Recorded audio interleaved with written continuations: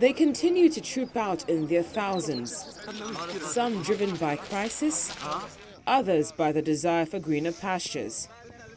But one thing they have in common is the destination, Europe. I am from Syria, and we fired from the war, and we're gonna, I don't know, to come here, yeah, and to be safe. The International Organization for Migration describes the migrant crisis as the absolute worst since World War II. And fatalities in Turkish waters, 134 this year. The Turkish Coast Guard's reporting 72 in September, which is a rate of, as I'm sure you can add, more than 2 a day. Speaking of Turkey, the European Union is trying to coerce the nation into accepting more refugees. The Turkish president, Recep Tayyip Erdogan, has never been one to be pushed around and makes no exception in this situation. But according to the president of the Migration Policy Institute, if Turkey is going to play a more active role in catering for Syrian refugees, it must get something in return. There's already a communique that has been agreed to by the ambassadors, not Mr. Erdogan, that calls for 3 or 4 different things, all of which, of course, the Europeans are extremely invested in. But the agreement has been struck among ambassadors. Mm-hmm. Erdogan will be looking to get as much mileage out of it as he can. There is no compelling reason for Erdogan to cooperate unless Europeans put an awful lot of things on the table. Mm-hmm. And what Turkey has always wanted, which is, over time, visa-free entry into the EU.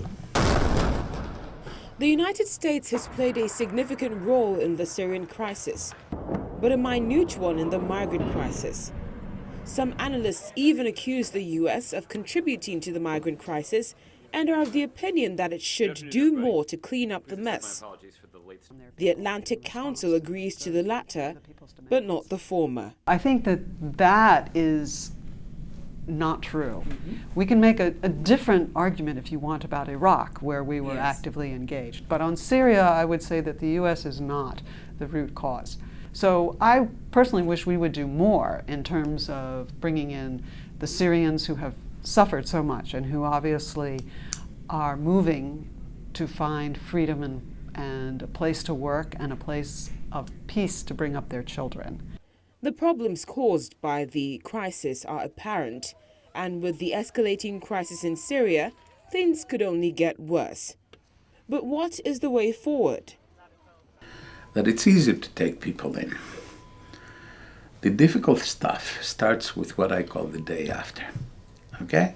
So you have fed them, you have created temporary housing for them, which then can become semi-permanent or permanent housing. You're beginning to send their kids to school, etc., etc. But the real hard stuff starts after that. You have to assess their skills. You have to figure out what the educational and training needs of people are, because your number one priority must be getting people to work at the earliest possible time. And that's not all.